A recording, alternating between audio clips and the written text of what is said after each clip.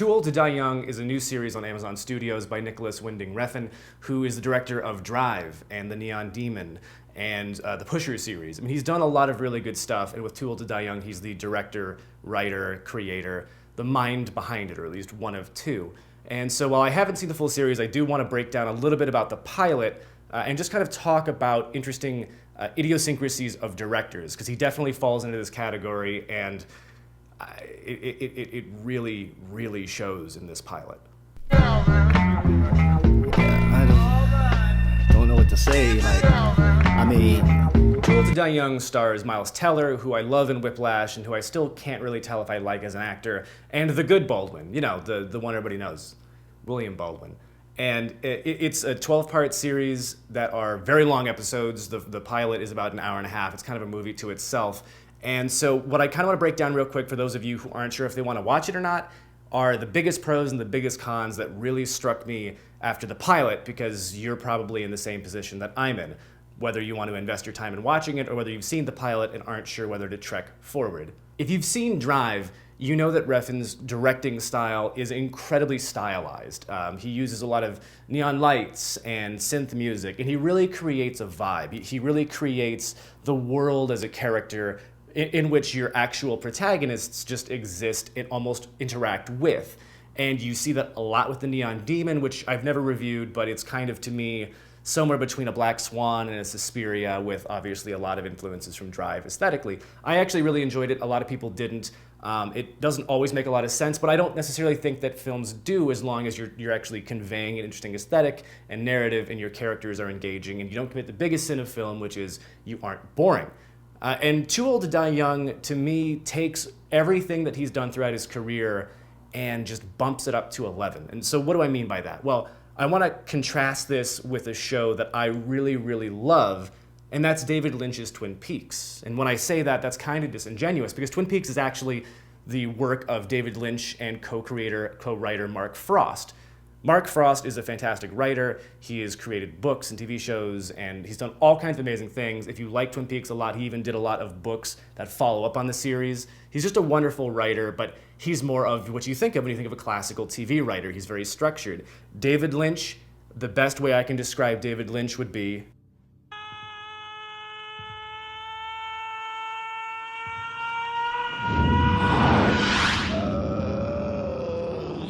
And so it's pretty apparent that when ABC got the two together to discuss a TV show, Mark Frost's role was not just to be an accompaniment to David Lynch and not just to help create that story, for which I think he's really underappreciated, but part of it is to take a genius and a creative mind like David Lynch and really help to formulate his ideas just a little bit more so that they are accessible to the average audience. And Twin Peaks is still a very bizarre show. And if you look at Twin Peaks Season 1 versus Twin Peaks Season 3, which came out a couple years ago on Showtime after a multi-decade hiatus, you really do see the evolution in David Lynch's storytelling. And because we've seen so much of Lynch in the meantime, from Mulholland Drive, Lost Highway, unfortunately Inland Empire, you've seen a lot of his development as a director and storyteller. You can see not just those influences in Twin Peaks, but how Mark Frost really helped him to rein some of those more esoteric aspects in. But despite that, Season 3 is a very bizarre show, but it is a very focused in its bizarre nature. The reason I bring this up is, in Too Old to Die Young, sure, the aesthetics are Refn to a T. It's what you'd expect. It is like an hour and a half kind of cop drama through the lens of Drive. The biggest problem is what worked incredibly well in Drive, which are the moments of silence that create tension. When you have a protagonist who's very quiet and characters who are kind of standoffish, sometimes because they have secrets, sometimes because they're not really sure how they relate to the driver. Those moments of silence build tension. They create drama, and it really says something about the scene. It helps to set the scene. And really what Drive is, in my opinion, is a two-act build to a cataclysmic series of events. And in that sense, it's one of the most beautiful films I've seen in a long time. In Too Old to Die Young, silence is ever present. And I don't necessarily mean that in terms of ambiance. I mean it in terms of dialogue. And in this case, sure, for Drive, it's great when you've got one character who's kind of distant and standoffish, but you've got to have some variety in those characters to really continue to keep the audience engaged in dialogue. In this, every single character feels like they've popped a couple Vicodin and are just kind of trying to figure out what their lines are. It almost feels like it was a 45-minute pilot and they said, we got to stretch this fucker. So take your time and on average, try to have like 4 seconds between your first line and second line or your response to their line. And I'm not being sarcastic about this entirely. There were times where I actually got so bored I pulled out my phone and was timing the pauses. The pause is not just between big lines of dialogue, but somebody saying, you want to go out for food?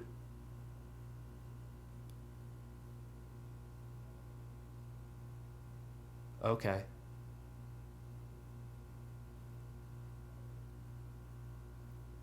Where do you want to? It's just so tedious after a while. I understand you're trying to create that tension, that drama, and I've given examples of where it works really well, but for an hour and a half, not only is that just difficult to swallow, but it's incredibly difficult when it's paired up with just really bizarre interactions between like Miles Teller and William Baldwin, where I don't even know how the fuck to describe it. If you haven't seen the pilot, I'm not going to spoil it for you, but it is an ridiculously overstretched out sequence, and it's just profoundly awkward.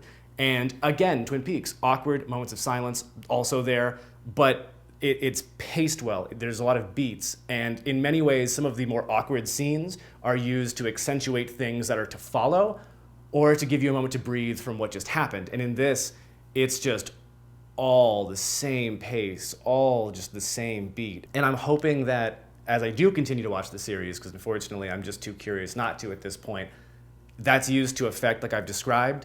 But the pilot, I mean, it's tough. It was really tough for us to get through it. I watched 7 fucking Child's Play movies in a day, all right? I'm not that kind of moviegoer. I don't like to binge things, not that often. And, you know, last year with the Law Film Fest coming up this year, yeah, there's periods where I will see a lot of movies in a short period of time, but there's variety in there, there's diversity there. Stories are told in different ways. Stories are more engaging in that sense. And with this, it took us 2 attempts to get through it. I call it the Joe Special, because he and his wife typically take 3 or 4 attempts to get through a movie, which I just think is a reprehensible, horrible abomination of a way to watch things. But for us, it was the only way we could get through it. I mean, the first half was just, it was a slog. It made us tired. And the second half, coming back to it, was like, nothing in my life that I've seen has been so immediately tedious as the first 5 minutes of the second half of the pilot, just like getting back into it and immediately going, oh my God, I am so tired all of a sudden.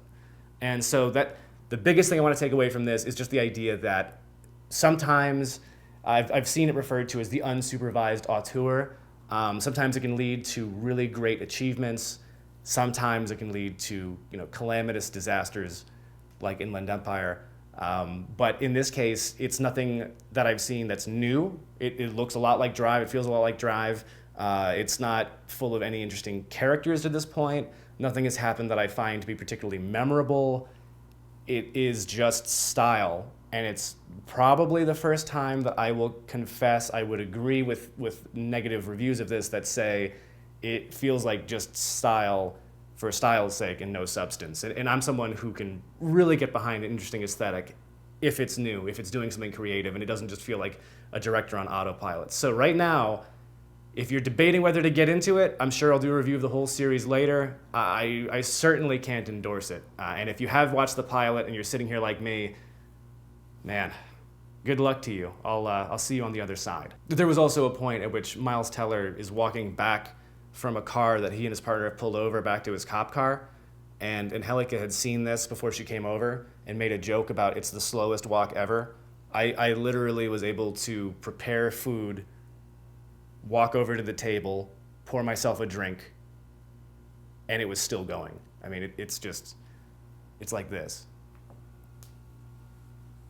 See, this is my walk-off. I've worked it into this. You like that? I'm still going.